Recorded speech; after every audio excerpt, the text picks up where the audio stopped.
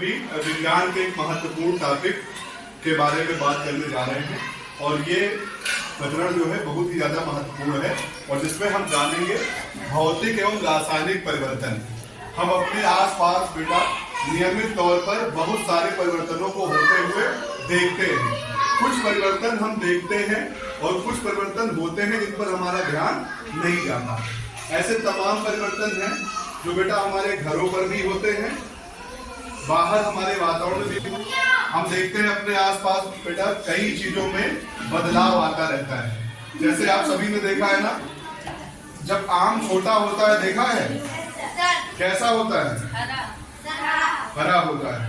वही आम पकने के बाद उसका रंग बदल जाता है ना। कुछ आम पीले हो जाते हैं, कुछ लाल हो जाते हैं, गुलाबी हो जाते हैं, दो रंगों के हो जाते हैं। तो इस बदलाव को परिवर्तन कहते हैं। कभी आपने कच्चा टमाटर देखा है? वो कैसा होता है? हरा होता है। फिर वही टमाटर पकने पर लाल हो जाता है। तो कोई ना कोई बदलाव बेटा उस टमाटर के अंदर हुआ है जिससे वो हरे से लाल हो गया, वो हरे से लाल हो गया। और ऐसे बदलाव को ही हम बेटा परिवर्तन कहते हैं। अभी हम बेटा आप सबने ये भी देखा होगा कि जब पानी को गर्म करो तो पानी की भाप बनती है ना, वाष्प बनकर ऊपर उठती है। तो पानी का जल से द्रव से वाष्प बन जाना, ये भी परिवर्तन है बेटा, ये भी परिवर्तन है। तो इन परिवर्तनों को आज हम लोग वर्गीकृत भी करेंगे कि कुछ परिवर्तन बेटा इसमें अलग तरह के होते हैं, कुछ अलग तरह के होते हैं। तो परिवर्तन दो प्रकार के होते हैं मुख्यतः। कितने प्रकार के? दो प्रकार। एक है भौतिक परिवर्तन, दूसरा रासायनिक परिवर्तन।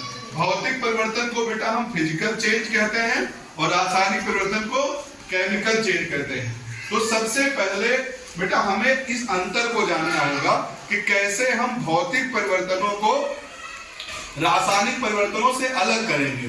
तो जब हमें इनको भली भांति इनकी परिभाषा पता होगी, इनका लक्षण, रंग बदल जाता है, आकार में बदलाव हो जाता है, अवस्था बदल जाती है, यानी ऐसा परिवर्तन जिसमें कोई नया पदार्थ ना बने और पहले ही पदार्थ का रूप बदल गया हो। और साथ ही बेटा देखो नीचे लिखा है ना, ऐसा कारक बेटा जो परिवर्तन स्वतः नहीं होते। कुछ परिवर्तन है बेटा जो होते तो अपने आप में, लेकिन उनके पीछे भी कोई ना कोई कारण अवश्य होता है। तो परिवर्तनों के पीछे बेटा कोई ना कोई कारण होता है। जैसे अभी आपने पढ़ा कि पानी गर्म करने पर वाष्प बनती है। तो ये जो गर्म करना हुआ बेटा ऊष्मा, ये वो कारण है या कारक है जो परिवर्तन करा रही है, जो परिवर्तन करा रही है। तो बेटा भौतिक परिवर्तनों में अगर हम कारक को हटा लें तो फिर हमें पहले वाला पदार्थ मिल जाता है। भौतिक परिवर्तनों का बेटा एक लक्षण है कि अगर हम वो कारण हटा लें जिससे परिवर्तन हो रहा है तो हमें फिर से पहले वाला पदार्थ मिल जाएगा। जैसे गर्म करने पर द्रव पानी जो द्रव अवस्था में है वाष्प बदल जाता है। वो गर्मी बेटा उसको ठंडा कर दो, ऊष्मा हटा दो तो वही वाष्प फिर से बेटा पानी बन जाती है। तो पानी को पुनः प्राप्त किया जा सकता है ना। तो जब कारक हटा ले बेटा और पुनः पहले वाला पदार्थ मिल जाए तो ऐसा परिवर्तन कहलाएगा भौतिक परिवर्तन। बेटा इसी तरह से दूसरा परिवर्तन है रासायनिक परिवर्तन। ये भौतिक परिवर्तन से भिन्न है। इसमें बेटा इस परिवर्तन में परिवर्तन से पूर्व जो पदार्थ है उससे पहले वाला पदार्थ इसे पुनः प्राप्त नहीं किया जा सकता। तो इसमें कारक हटा लेने पर पहले वाला पदार्थ मिल जाता है सामान्यतया, लेकिन इसमें कारक हटाने पर पहले वाला पदार्थ नहीं मिलता है ना। अब उदाहरण बेटा अगर हम देखेंगे तो हमें और स्पष्ट हो जाएगा, फिर इसको हम प्रायोगिक रूप से सत्यापित भी करेंगे। जैसे बेटा पहला है, अगर हम नमक को पानी में घोल दें, नमक को पानी में घोल दें तो जाहिर सी बात है नमक का घोल मिल जाएगा। अब बेटा इस नमक के घोल को हम फिर से गर्म कर दें, क्या कर दें? तो पानी तो भाप बन के उड़ जाएगा और फिर बेटा जो है सफेद नमक उसी पात्र में नीचे हमको मिल जाएगा सूखा। तो देखो नमक घुला और नमक फिर मिल गया। तो ऐसा परिवर्तन क्या कहलाएगा? भौतिक। नमक का पानी में घुलना भौतिक परिवर्तन कहलाएगा। ठीक है बेटा। दूसरी तरफ बेटा दूसरा उदाहरण है, मोम मोम ठोस होता है ना, इसको बेटा जब हम गर्म करें तो ये पिघल कर क्या हो जाती है, ये पिघल जाती है और द्रव जैसी हो जाएगी। और जब इस मोम को हम फिर ठंडा करेंगे तो ये फिर से ठोस में परिवर्तित हो जाएगी। तो मोम का पिघलना बेटा कैसा परिवर्तन है, भौतिक परिवर्तन। बेटा ठोस मोम लिया इस कटोरी में और इसको गर्म कर रहे हैं, और अब देखो ठोस मोम बेटा गर्म करने पर कैसी हो जा रही है, देखो पिघल रही है, द्रव में बदल जा रही है ना।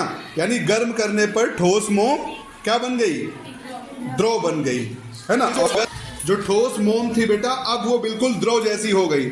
अब इसको हम बेटा ठंडा करेंगे और ये पहले जैसा ठोस मोम मिल जाएगा।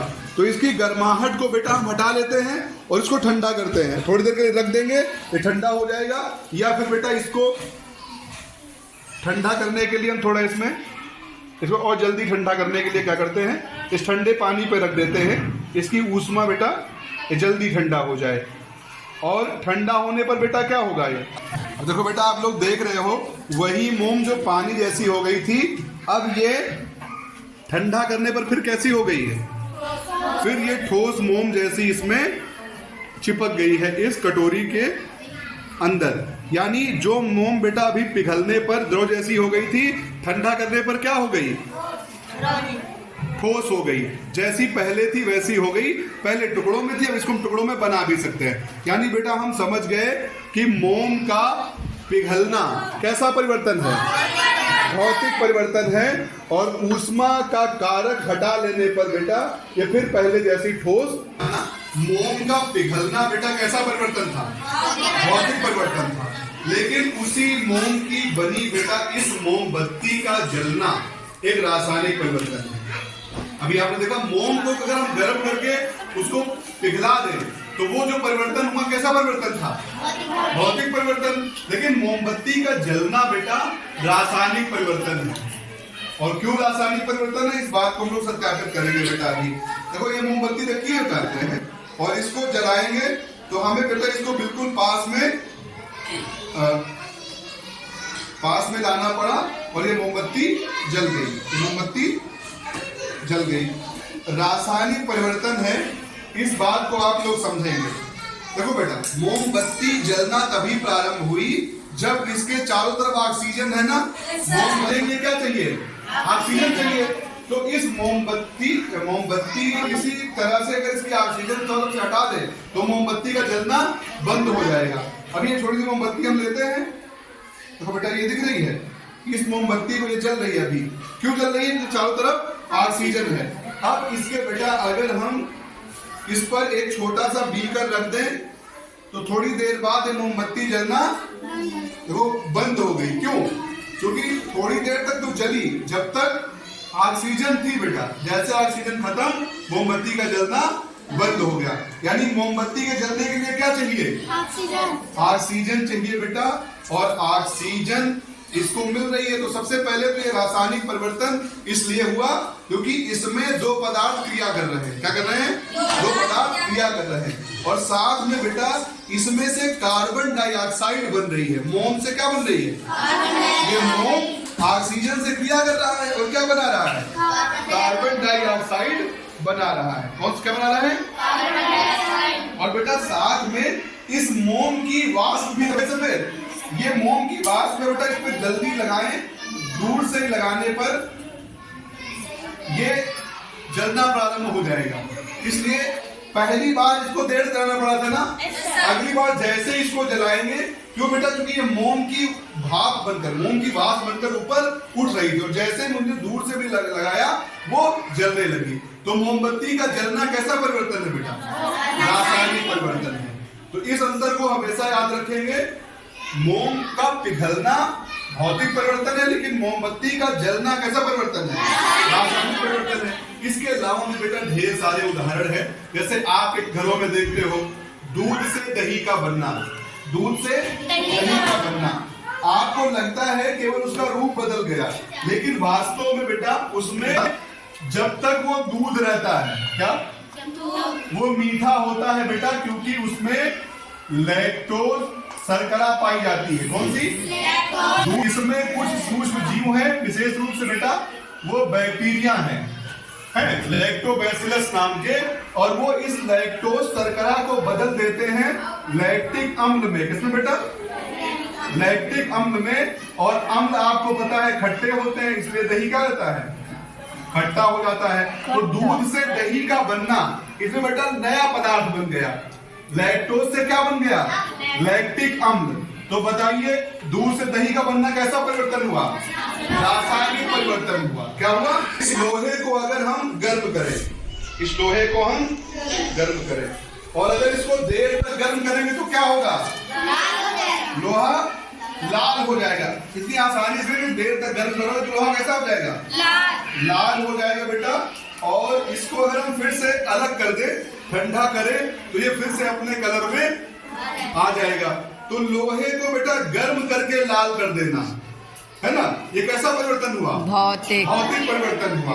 और ठंडा करने पर बेटा ये पुनः अपनी अवस्था में, अपने पहले की अवस्था में। तरफ बेटा हमें पता है कि अक्सर हम देखते हैं लोहे की चीजों में, है आपके घरों में भी होते हैं, सरिया में, लोहे के बर्तनों में, है तवे में। यहाँ देखो हमारे पास लोहे की बेटा, इसमें भी ये कुछ लाल लाल पदार्थ लगा हुआ है बेटा, है ना। और इसको अगर हम छुएं तो ये निकलता भी है, और इसको हम लोग सामान्य बोलचाल में क्या कहते हैं बेटा? जंग। क्या बोलते हैं? लोहे पर जंग लगना। लेकिन बेटा आपको जानकर ये आश्चर्य होगा कि ये लोहे पर जो ये जंग लगता है, ये वास्तव में कोई बाहर से आया पदार्थ नहीं है। इसी लोहे ने बाहर जो भरी ऑक्सीजन, हवा है ना, हवा में ऑक्सीजन है और उसमें नमी भी है बेटा। जैसे बरसात में जंग ज्यादा लगती है क्योंकि उस समय पानी, नमी ज्यादा होती है वातावरण में। तो इस लोहे ने क्या किया बेटा?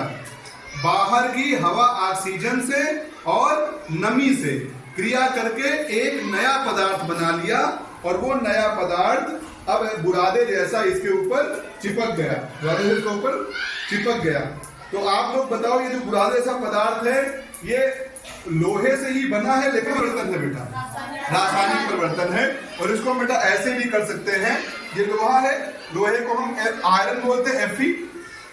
बाहर हवा है, ऑक्सीजन होती है, और नमी जिसको हम लोग H2O बोलते हैं, ये बेटा जब क्रिया करता है तो ये बना देता है फेरस ऑक्साइड या बेटा फेरिक ऑक्साइड। और ये दोनों पदार्थ, ये जो लाल है, ये वास्तव में ये फेरस और फेरिक ऑक्साइड है जो लाल लाल हमको दिखाई देता है। तो इसीलिए बेटा लोहे पर जंग लगना कैसा परिवर्तन है? रासायनिक परिवर्तन है। और बेटा लोहे पर जब जंग लगती है तो लोहे का भार पहले से बढ़ जाता है। क्यों? क्योंकि उसमें बाहर का पदार्थ भी जुड़ जाता है। भाई लोहा तो इसका था, लेकिन ऑक्सीजन और जल कहाँ था? बाहर का था। वो क्रिया करके फेरिक ऑक्साइड पर जमा हो जाता है और लोहे का भार बढ़ जाता है। तो अगर अब आपसे प्रश्न किया जाए कि भाई लोहे पर जंग का लगना कैसा परिवर्तन है? परिवर्तन है। लोहे को गर्म करके लाल कर देना वो भौतिक परिवर्तन है, लेकिन लोहे पर जंग लग जाना रासायनिक परिवर्तन है। इसीलिए बेटा तुम लोग देखते हैं कि अगर लोहे पर हम पेंट की या तेल की या ग्रीस की पुताई कर दे तो उस पर जंग नहीं लगती। क्यों? क्योंकि अब लोहा ऑक्सीजन से और नमी से क्रिया नहीं कर पाता, उसके बीच में पेंट आ गया है ना। पेंट कर देने पर जंग नहीं लगता ना, इसीलिए क्योंकि ऑक्सीजन के सीधे संपर्क में नहीं है और वो उससे क्रिया नहीं कर पाएगा। तो इस बात को हम लोग याद रखेंगे कि लोहे पर जंग का लगना कैसा परिवर्तन है? रासायनिक परिवर्तन है। बेटा परिवर्तन है जो इस भौतिक और रासायनिक की श्रेणी में आते हैं। जैसे बेटा आपने देखा है ग्लूकोज, अक्सर हम लोग गर्मियों में जब खूब सारा पसीना निकल आता है तो ग्लूकोन डी पीते हैं और हमें राहत मिल जाती है। जो ग्लूकोन डी बेटा वो ग्लूकोज होता है। क्या होता है? ग्लूकोज होता है। और उस ग्लूकोज को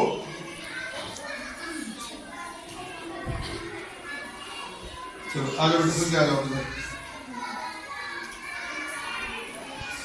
अब देखो बेटा, अब ये इसमें ग्लूकोज है और बेटा इस सॉरी ये पानी है और इस ग्लूकोज घोल दें। अब बेटा हमने इसमें ग्लूकोज को घोल दिया। बेटा अब आप जरा इसके तली पर छू, कैसा लग रहा है?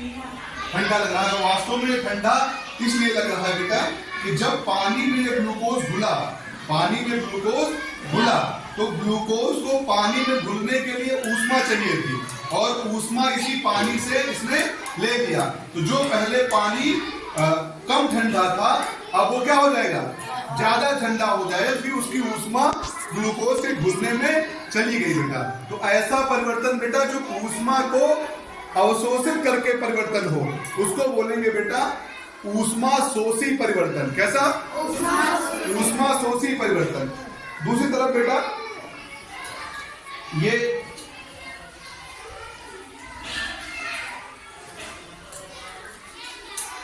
पानी है बेटा। अब इस पानी में हम बेटा ये कैल्शियम ऑक्साइड है बेटा। क्या? ये चूना है बेटा। ये वो चूना जो पुताई करने वाला, इसको शुष्क चूना भी कहते हैं और कली वाला चूना भी कहते हैं, कली चूना। और बेटा अगर इस चूने को हम पानी में डालें, इस चूने को पानी में डालें, तो बेटा आपको पता है जब चूना पानी में घुलेगा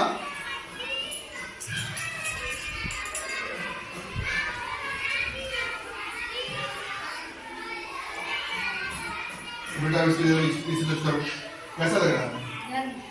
अब ये गर्म लग रहा है। क्यों? क्योंकि ये कैल्शियम ऑक्साइड जो है बेटा, चूना जो है, ये जब घुलता है तो ये ऊष्मा निकालता है, इसलिए इसको बोलते हैं ऊष्मा छेपी। देखो बेटा इस ग्लूकोज का पानी में घुलना ये भौतिक परिवर्तन था। क्या था? भौतिक परिवर्तन था कि अगर हम ग्लूकोज को, इस पानी को फिर से गर्म करें तो हमें ग्लूकोज फिर से मिल जाएगा। लेकिन बेटा ये इस चूने का, इस कैल्शियम ऑक्साइड को बेटा हम जब जल में घोल रहे थे तो एक नया पदार्थ बना कैल्शियम हाइड्रोक्साइड, और इसको हम लोग बेटा बुझा चूना भी कहते हैं। तो यहाँ कैल्शियम ऑक्साइड से एक नया पदार्थ कैल्शियम हाइड्रोक्साइड बन गया बेटा। और इस तरह से चूने का जल में घुलना कैसा परिवर्तन हुआ? रासायनिक परिवर्तन हुआ। क्योंकि अब बेटा यहाँ इस बुझे चूने से फिर से शुष्क चूना प्राप्त नहीं हो सकता, इसलिए बेटा इसको रासायनिक परिवर्तन कहते हैं। तो हम लोगों ने जाना कि परिवर्तन दो तरह से होते हैं, भौतिक परिवर्तन और रासायनिक परिवर्तन।